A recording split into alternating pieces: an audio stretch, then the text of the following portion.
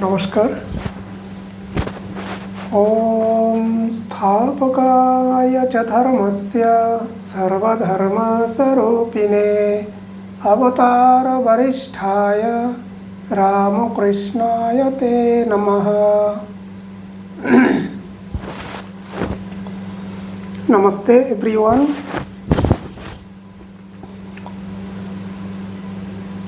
So in our last class, how to look deeper into you, we saw through our analytical reasoning, that is Vetireka Vichara,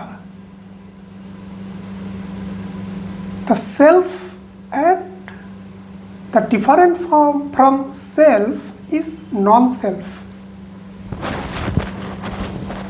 So the background was like this: the whole of multiplicity was reduced to idam, which is non-self. So self and non-self, these two now we have got through Vetireka Vichara. And Sankhya philosophical system climbed up to this Purusha and Prakriti, that day we discussed about it. But Vedanta does not stop here. Vedanta questions it further. What is this non-self? If non-self is there and self is there, so then there comes the existence of two. It should not be. There should be only one, and that is Advaita Jnanam. So Vedanta moves forward, moves further. It questions. What is this non-self? So this, what is the use then? Then self and non-self, these two are there. Then it questions, what is the use then? It is there in the aparoksha anubhuti. Acharya Shankara shows how beautifully this Advaita Vedanta comes to the final conclusion. It is not a kind of conclusion. First we have to understand it. Actually, conclusion is something, it is experience, it is our direct experience, it's a fact of experience, it is not an inference. See, inference is something, suppose you say, today in the morning I did not see a lion, but in the evening I could see a lion. So, in the morning I did not see a lion, but in the evening I could see a lion.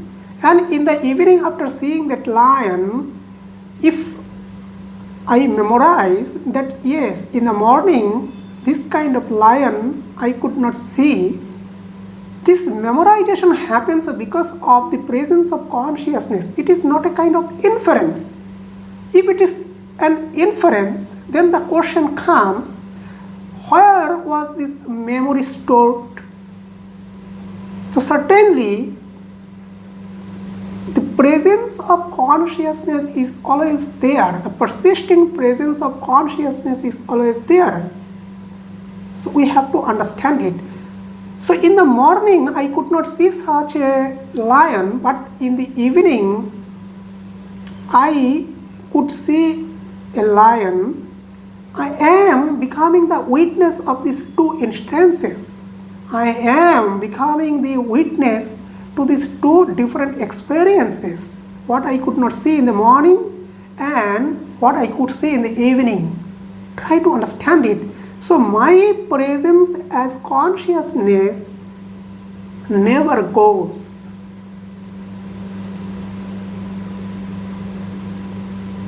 Vijñātuhu Vijñātehe Vipurilopo no vidyate. It is there in the Brihadaranyaka Upanishad.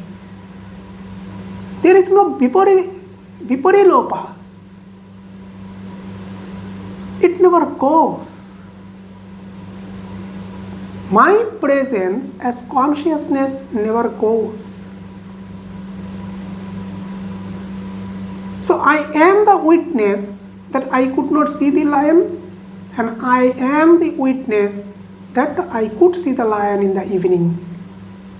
So in both these cases, the persisting presence of deep-rooted sense of I-ness is there. That has to be understood. It never goes. So this is a fact of experience. This is not an inference. Vedanta does not depend on inference, fact of experiences.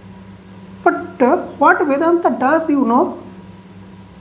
it gives importance to the most common experiences in our life, such as Sushupti. Just you see, we just think that Sushupti or deep sleep state is just a kind of rest of our body and mind that it affords, and nothing more than this. And in this way, we are not able to attach any importance to it. But Vedanta, the Upanishadic rishis, they took it as a kind of treasure. They inquired into it. It is just like a gold ornament to them, very valuable, very precious. And they inquired into it. What is this Sushupti experience? They did not live it as usual.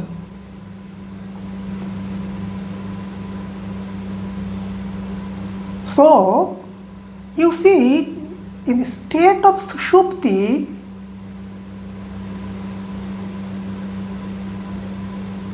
you experience yourself. You experience pure existence. How? An analysis is necessary.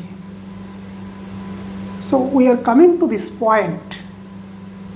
This non-self now has to be understood as self.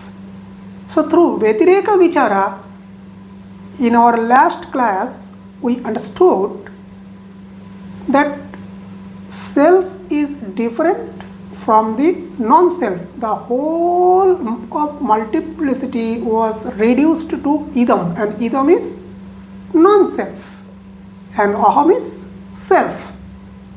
So up to this, we came through Vyatireka Vichara. But Vedanta moves on further. It questions,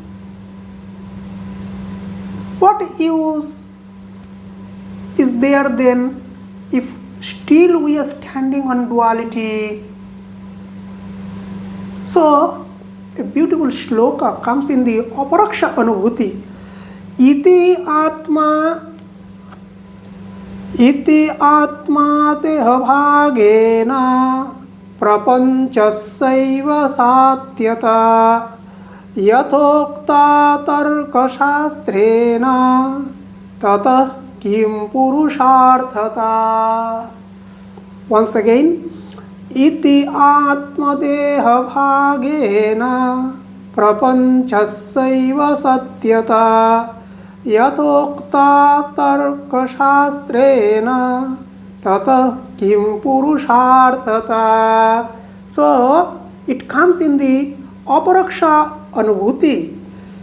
What use then is there of this knowledge of duality of the self and the body? But you see, through Vyatireka Vichara, we could understand the cause of this world. And through Annaya Vichara, we shall see that this cause of the world is seen in its effect. The cause is seen in the effect. This we will be able to understand through Vedanta Vichara. So when we shall see the cause in the effect, then there will be no duality at all. It is complete oneness. It is complete Advaita. See, the clay pot is there, and if you have the knowledge of clay, then after seeing a clay pot, you can have the knowledge of the essence, that is the clay. So the clay is the cause, and the cause is experienced in the clay pot. So clay and clay pot, in both these two, you experience the essence. And what is the essence? The essence is the clay. So your knowledge that it is made of clay, so the karana jnana that you can see even in its effect, the effect of the clay is the clay pot, is repeated there in your experience.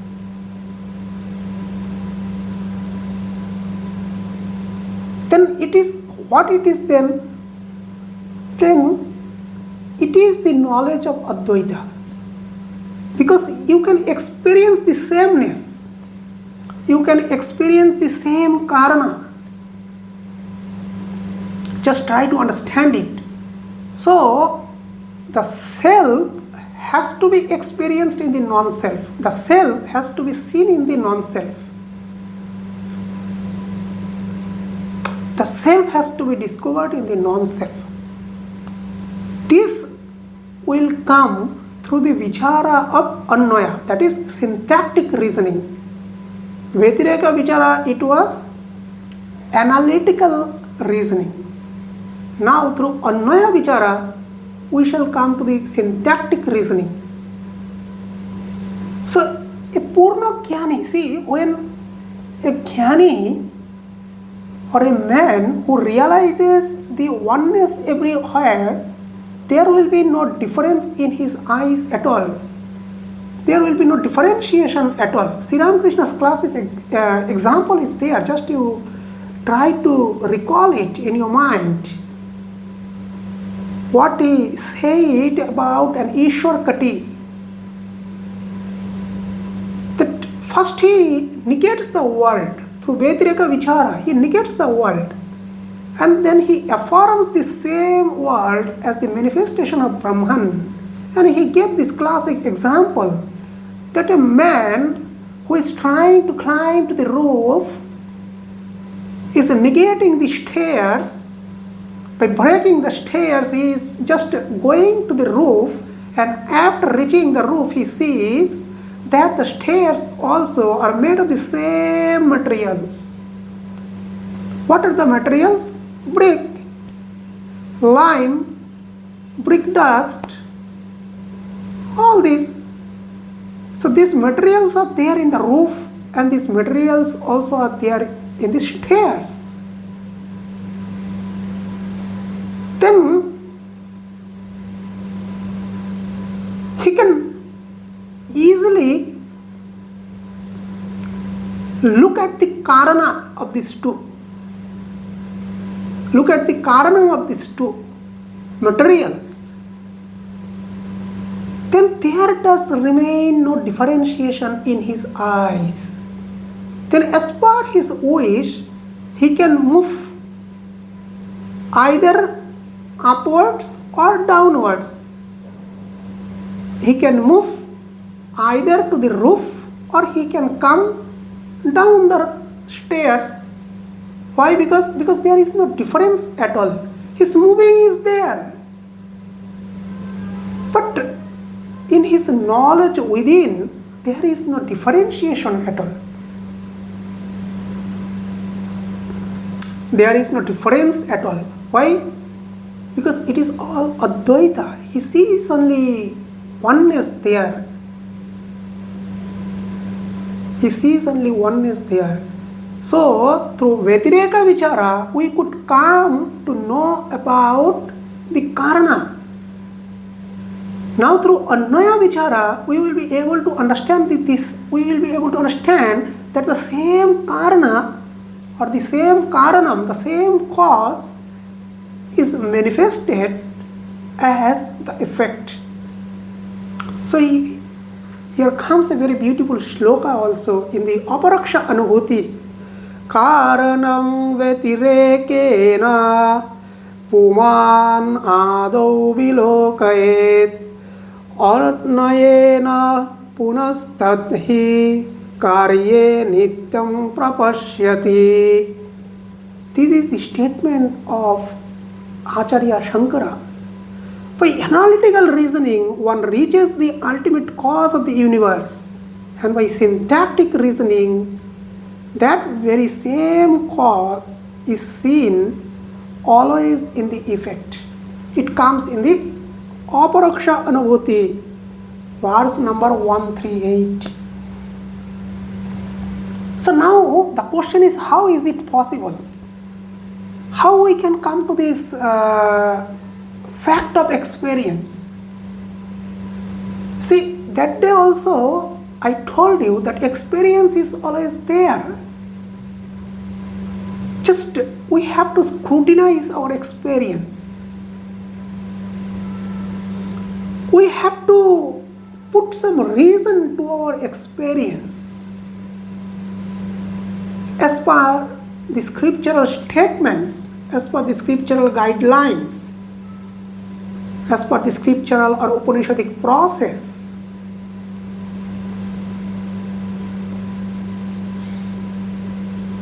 So now come to the Sushupti experience, the syntactic reasoning, Anvaya Vichara.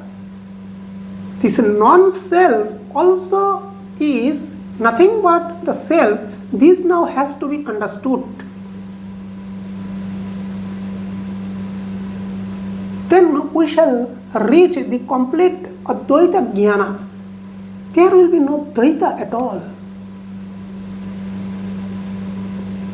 So these Upanishadic rishis, they took this experience of Sushupti very seriously. They attached importance to it. They inquired into it. They investigated into it. What actually it is? The Sushupti experience. Now we say, what happens in your Sushupti? Just to try to analyze it. Where remains this world? What now you experience in the state of waking, in your Sushupti state or in the deep sleep state, you don't experience a separate entity. You don't experience a separate world. But you experience pure existence. You experience yourself. You cannot doubt your experience. Vijñātuhu vijñātehe vipurilopo na vidyate. What happens in Sushupti? Salila eva drashta advaita bhavati. Just like water,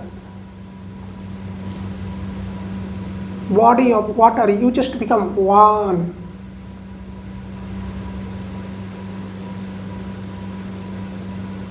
Now, there is no separate existence of the world. Everything is only Atman. So how to investigate into it? What happens, you see? In your deep sleep, you see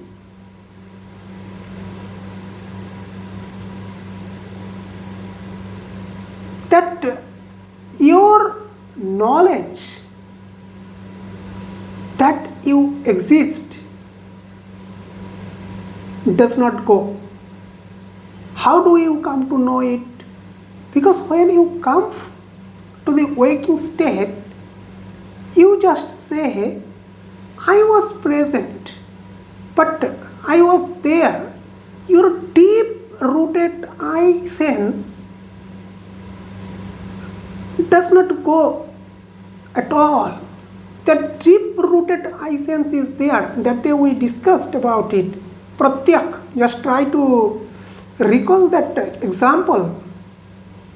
The deep rooted I sense is there. This deep rooted I sense is there in the waking state. This deep rooted I sense is there in your dream state. The deep rooted I sense is there in your deep sleep state. In all the three states, this persisting deep rooted I sense or the sense of I-ness, that pratyak is already there, and this pratyak is already intuited in you. Just try to understand it. In your deep sleep state, you do not experience the existence of a separate world, but you experience the pure existence, pure consciousness. Now, if you see, in your deep sleep state,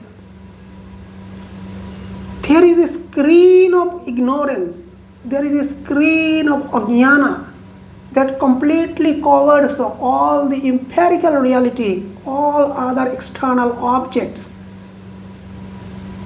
Then the question arises,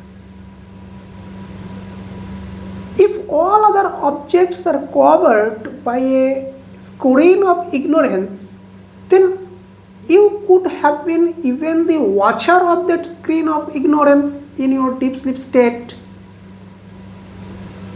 Then after coming to the waking state, you would have become able to say, yes, in the deep sleep state I experienced a screen of ignorance.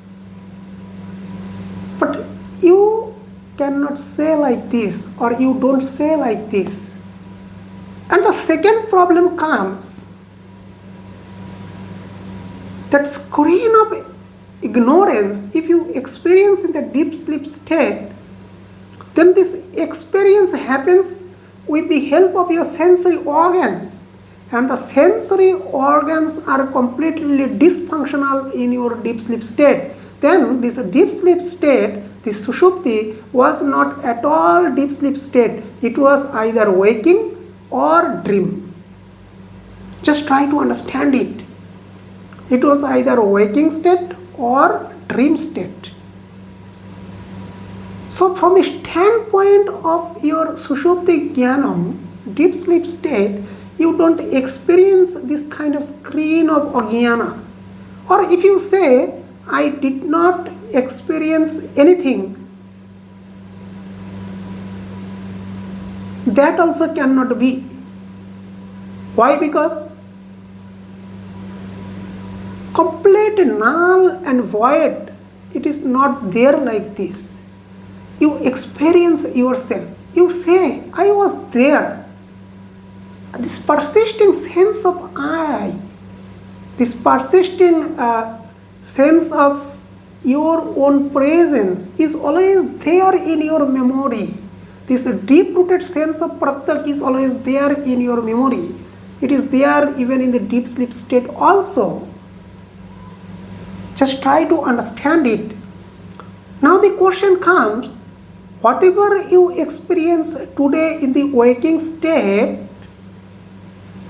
this empirical reality, this sensory world, these phenomenological happenings, this multiplicity of experiences, millions of experiences you experience your day-to-day life in the state of waking. Then in the deep sleep, they all become just one with your Atman. So you experience just yourself. You just experience your complete I-ness, pure existence. Then here comes a question, that where is the existence of this world that you experience in the waking state? Where is the separate existence of this world that you experience in the waking state? Or if the world is real, or if the world is a separate entity, then it should always persist It should persist in the dream state, in the waking state, as well as in the deep sleep state. Why? Because it is real, like yourself, as your deep-rooted sense of I-ness is always there persisting. So in the same way, this world also should have been persisting in all the three states. But it does not become like this. Just try to understand it. It is a very, very subtle point, Ji. Just try to understand it. There is no separate entity that you experience in your deep sleep state.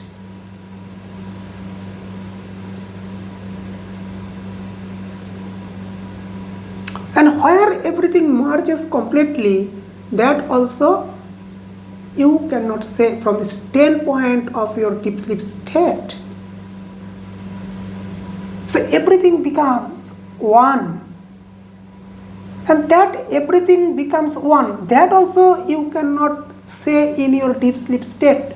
You say it when you come to the state of waking.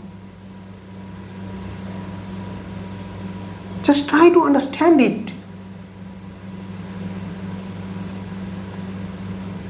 Atma eva idam sarvam bhavati. In your deep sleep state, in the state of your sushupti.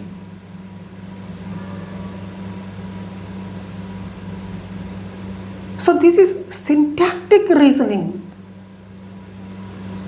The non-self, the whole of multiplicity that was reduced to idam,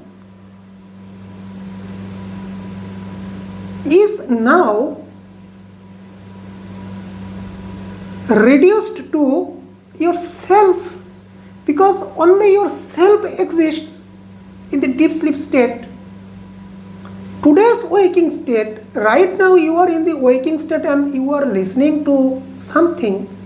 So this waking state will not remain in your sushupti, will not remain in the sense that it will not have any separate existence other than your own existence, other than your own feeling of pure consciousness, your own experience of pure consciousness, which is a fact of experience. It need not be inferred at all in our life. Just try to understand it.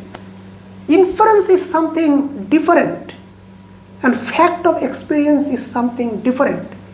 It is not pratyaksha, it is aparokshanubhuti. There is a difference between these two terminologies. Just try to understand it. Pratyaksha is your direct perception. Perceptions mean you experience something with the help of your senses. Aparaksha anubhuti is direct experience. That your deep-rooted I sense, that pratyak, always you experience directly. And that direct experience only remains in your deep sleep state. Just try to understand it. And there does remain no direct perception, no pratyaksha anubhuti.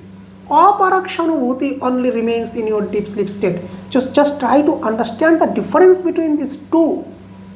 If you understand the difference between these two, then this matter becomes very simple for you to understand, very easy for you to understand.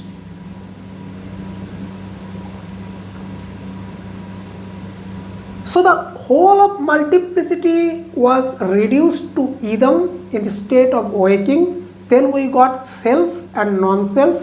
Self is your sense of aham or aham pratyaya, or your deep-rooted sense of I-ness.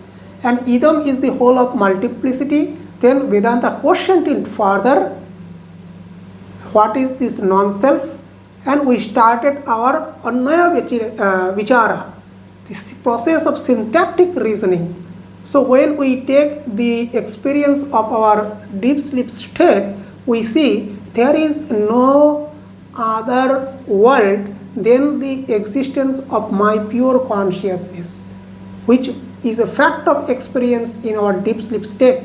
We don't get any separate entity. So the whole of the phenomenological reality, the whole of the empirical world, the whole of idam has been reduced to your aham. Only you exist, and that is your experience. You can never doubt your own experience. You can never doubt your own existence. Just try to understand it.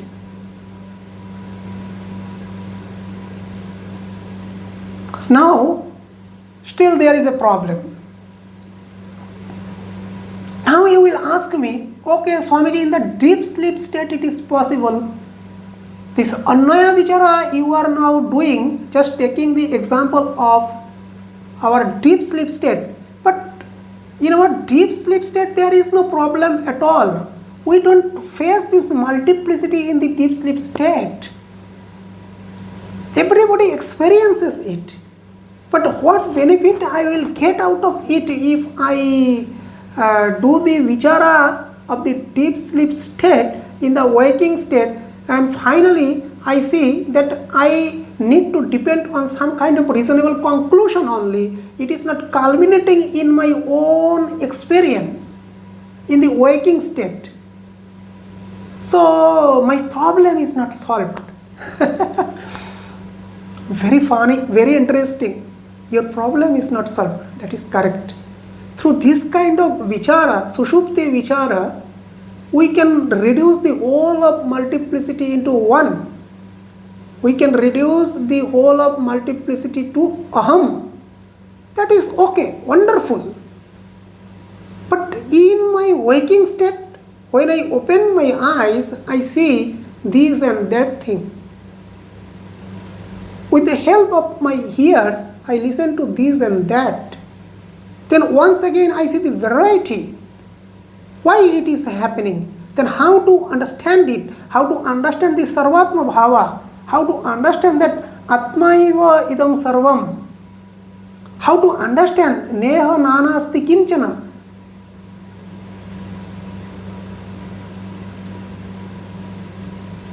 There is no difference at all. How to understand? Then where you are standing finally? Here needs a simple vichara. A little bit of vichara is necessary. Just to see your sensory experiences. In the state of waking itself, whatever you experience with the help of your senses. Now, here we shall use not experience. Here we shall use the term perception. We don't experience any other external reality. We perceive the external reality and we experience only ourselves. What is the difference between these two? Perception and experience. What is the difference between these two? Perception. Perception is your ability to understand something with the help of your senses. It is called perception. इंद्रियों के माध्यम से कोई चीज को अगर समझना हो उसी को कहलाता है perception. Try to understand it, not experience. Now what happens, you see, this ability to understand through the help of your indriyas, through the help of your sense organs is called perception. So the ability to understand depends on your indriyas, depends on your sense organs. Just try to understand it.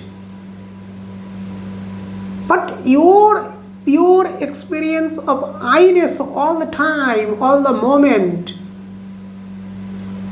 in your respiratory function all the time, that you experience, that you exist, that your complete sense of I-ness, your full sense of I-ness your sense of pratyak, that is not a perception.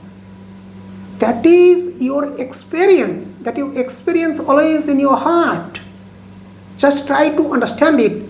Perception requires the ability of senses, but your direct experience of parokshanubhuti does not require the ability of your senses. It is beyond the ability of the senses and inability of the senses. In fact, your ability and inability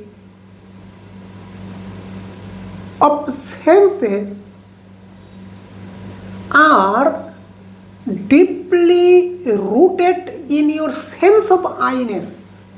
Just try to understand it. Your ability and inability of perceiving something, or ability or inability of your sense organs to perceive something, is grounded in your deep-rooted sense of I-ness, in your complete sense of I-ness. Just try to understand it.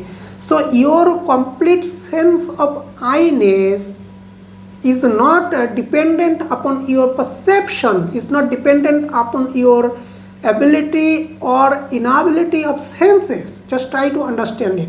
Rather, your ability and inability of sense organs to perceive something are dependent on your sense that you are deeply rooted in your complete sense of I-ness. Just try to understand it. Pratyakshanubhuti does not depend on pratyaksha anubhava or pratyaksha.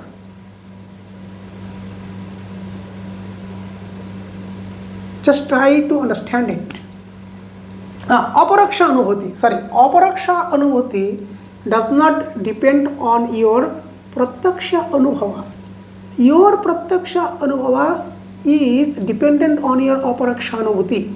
What is your aparaksha anubhuti? Your aparaksha anubhuti is that your deep-rooted sense of I-ness that is already intuited in you, and you also don't know, I also don't know when actually you started in us. That is already intuited in us. We are already grounded in that. But direct perception, pratyaksha, direct perception is not grounded like this. Or if you say that it is grounded on your deep-rooted sense of I-ness. Try to understand it. Suppose what happens in our waking state, just try to understand the logic behind it, the science behind it. Now you see, just you stare at a wall in front of your eyes. Now you see, what you see? You see a wall in front of your eyes. With the help of your eyes, the whole of the world is not entering into your eyes. You just collect some sensory data.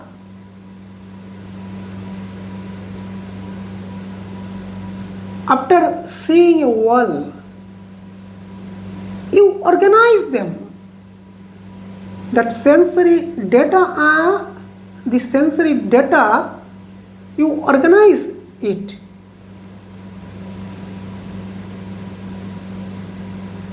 And then you interpret it, because you are recognizing that this is wall. This is your interpretation. So first you see something, some object, you collect the data with the help of your sensory organ, and then you interpret it, and that is how you give meaning to your experience of the external reality, of the phenomenological world, phenomenological reality, whatever you say. So in this way, you are able to understand your environment what is happening around you. So this is sensory perception. You just collect raw sensory data, but you cannot collect your deep sense of I-ness, deep rooted sense of I-ness. When you just stare at a wall, your deep rooted sense of I-ness is still there with you. Just try to understand it. When you are collecting this data that this is a wall, you are interpreting it, still you are already grounded in your deep rooted sense of I-ness, that pratyak. So just an experience, your day-to-day experience, moment-to-moment experience, you are just experimenting it with the help of scriptural logic, with the help of scriptural reasoning, scriptural process, Vedantic process. Then you come to this point, you are now standing on this point. Whenever you are experiencing some external object, you are just collecting the sensory data. You are organizing it, you are interpreting it, and that is how you are giving meaning to your experience. And that is how you are able to study of what is happening around you. Just try to understand it. So in the whole of this process, your deep-rooted sense of I-ness is always involved. You are always associated with it. It is called bodhanita. You are always deeply grounded in your swayam prakasha nitya bodha. Even when you are watching a wall, or even when you are listening to a music, your action of listening to a music, listening to a song, is grounded in your deep-rooted sense of I-ness that you can never deny. Your own experience, your fact of experience, you can never deny. Just try to understand your moment-to-moment experience. So, when you experiment your experience in this way, when you can understand the phenomenological reality, how it is being experienced, how it is being perceived through the lens of Vedantic process, then you see your deep-rooted sense of I-ness is completely capturing the whole world. Your deep-rooted sense of I-ness is completely pervading the whole world. Your deep-rooted sense of I-ness is always there functioning. It is the persisting sense in you always there. That cannot be denied at all. That you cannot deny at all. So if it is the case, in case of your wall experience, or in case of your wall perception, so the same thing also applies to all other different experiences, to all other different millions of experiences that you are having in your waking state all the time. Just try to understand it, what actually happens with us, how we are experiencing this reality. You can perceive this reality being strongly grounded in your deep-rooted sense of I-ness. You are not strongly grounded in your deep-rooted sense of I-ness, and you are perceiving something that cannot be. So the perception and direct experience, between these two, there is a difference. Already I have mentioned it. Perception is whatever you perceive, your ability to understand something with the help of your sense organs. But aparokshanubhuti, that your deep-rooted sense of I-ness, it does not require any sensory organs to understand or to experience. to understand or to experience. It is persisting all the time. It's always there. And your ability and inability of your senses to perceive something is deeply grounded in your deep-rooted sense of I-ness. So what finally becomes the result? Your deep-rooted sense of I-ness is completely capturing the world. And your deep-rooted sense of I-ness, are you able to separate it from you? Are you able to separate it from you, and can you perceive something without this deep-rooted sense of I-ness? No, it is not possible. So, your deep-rooted sense of I-ness is capturing everything. So, you are experiencing all the time yourself. You are always experiencing all the time your deep-rooted sense of I-ness. That is the pratyak. That is the pratyagatman. Try to understand it. These are all scriptural terminologies. And the rest of the world you can perceive. So there may be millions of perceptions, but the experience is one. What is this one experience? That is the experience of your deep-rooted sense of I-ness, aparakshanu-uti, direct experience. But your wall experience is pratyaksha. It is direct perception. It is not direct experience. Just try to understand it. So in the same way, when you listen to a musical tone, same deep-rooted sense of I-ness is there. So when you smell something, you taste something, the same deep-rooted sense of I-ness is always there. So all the time you are strongly grounded in your deep-rooted sense of I-ness. That is your aparakshanu-buddhi. That is your direct experience. That is not your direct perception. Your direct perception is that whatever you perceive with the help of your sense organs, that you collect data, you organize them, you interpret them, and you match them with your earlier memory. All this process happens automatically in our own psychological system. We also don't know how fast it happens, but it happens. This is the Vedantic process.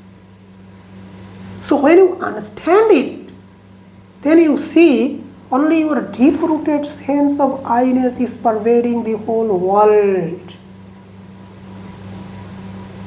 Atma eva idam sarvam neha nanasti kinchana. Why? Why nanasti? Why there is no differentiation at all? Why there is no variety at all?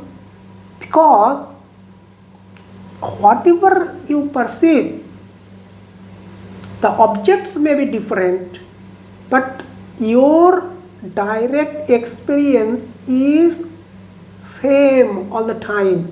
It is unchanged all the time. All the time you experience your deep-rooted sense of I-ness. Just try to understand it. If you understand this, then you have understood the core teaching of Vedanta. All our Upanishads are directing us to understand these only. This has to be understood. Now you please tell me this deep-rooted sense of I-ness, that it is always persisting, it is always there, and you are grounded or on such a deep-rooted sense of I-ness. Does it require a lot of tapasya to understand it, or it is direct? It is the shortcut route. Jnana Yoga is the shortcut route to spirituality.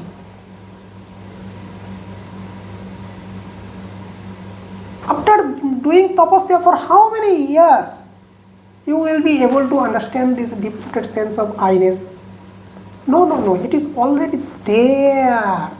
You have to understand it, how you are dealing with this world, how your sensory functions are happening, how you are giving support to everything. Just try to understand it. This sense of I-ness, which is all the time associated with you, which is already intuited in you. You can never separate it from your own existence.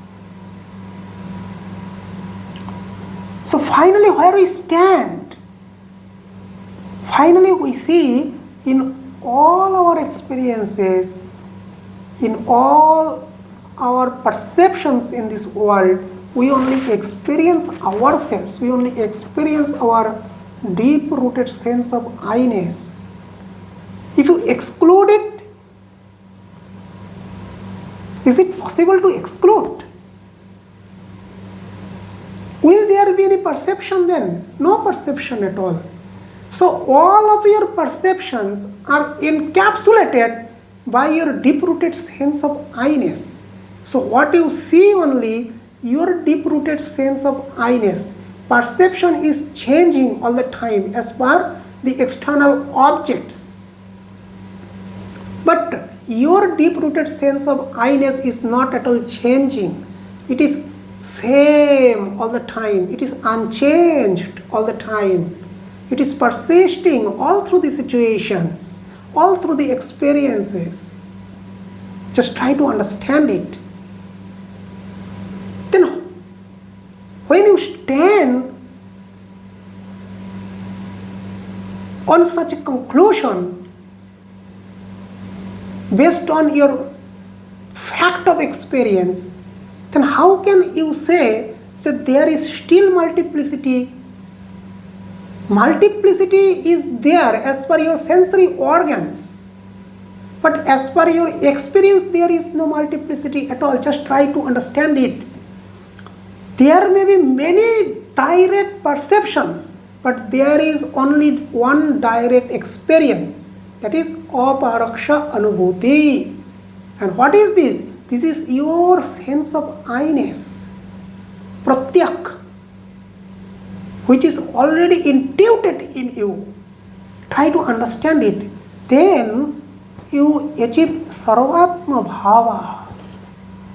Wherever you look at, whatever you see, everywhere only you experience your own deep-rooted sense of I-ness.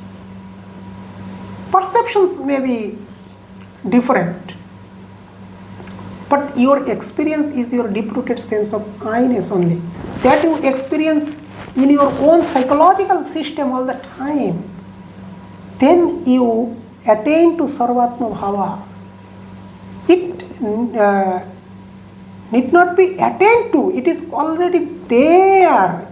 It is happening all the time. It is like this only. This only has to be understood. That's all. As per the Vedantic process, a little bit of reflection is necessary. This is Vedanta. This is the final goal of Vedanta. This is the final goal of Vedanta. So in this way, Annaya Vichara is done. You are Annita. Annita means you are associated. Your fact of direct experience is associated with all different kinds of direct perceptions. So everywhere you are Annita. You are not excluded. Everywhere your direct sense of or deep-rooted sense of I-ness is included. So whatever you experience is your deep-rooted sense of I-ness only. So when you look at the world from this standpoint, then you see that everything is aham only. Everything is in you only. And there is nothing different than you. Just try to understand it. And this is the final goal of Vedanta. Why? Because everywhere you now see the Karana only. Who is the Karanam? You are the Karanam. You are the cause. You are lending support to everything else. The self is lending support to other sensory perceptions. So everywhere you see the Karanam only. Everywhere you see the self only. Without the self, there is no direct perceptions. There is no perceptions of external objects. So in this way, through syntactic reasoning, we come to the conclusion, not conclusion based on our fact of experience, that there is only aham, that I exist, I exist, I exist. The sense of I-ness everywhere reigns, and there is nothing other than this. This is Vedanta. Just try to understand it. Do a little manana on it, reflection on it. Just take your day-to-day experience, how this perception is happening, how scientific it is. With the help of your senses, just you see, and then you see in each and every action, in each and every happening, in each and every perception, you just experience your deep-rooted sense of I-ness. But you interpret or you recognize things or external objects as direct perceptions. Just try to understand it. This is Sarvatma Bhava. This is the final goal of Vedanta. So when we come to this final goal of Vedanta, when we stand on this particular point, then what we see? We see everything is Brahman only. Atma eva idam sarvam. Everything is Atman only. Neha nanasti kinchana. There is nothing different than Atman. There is no differentiation at all, no variety at all, no multiplicity at all. Try to understand it. What you have to do, you have to educate yourself. Try to educate yourself. Till now, you used to look at the world from a different perspective, from a different angle, because you did not have this Vedanta Jnana. Now you see, when you come to Vedanta, and when you try to look at the world from Vedantic standpoint, when you understand the fact, then your attitude changes completely. This Advaita Anubhava should be culminated to Advaita Jnanam. And you have to educate yourself so that you can culminate to this knowledge. This Advaita Anubhava should be culminated to your Advaita Jnana. That Advaita Anubhava, what is this? It is your deep-rooted sense of I-ness that all the time you are experiencing. By default you are experiencing. This is your Advaita Anubhava. But this should be culminated to your Advaita Jnana. So you have to educate yourself a little. You have to reflect on it. As per the Vedantic method, Vedantic process, then you see, you will be able to easily handle this multiplicity. You will be able to easily tackle different situations. The world you will enjoy in a different way.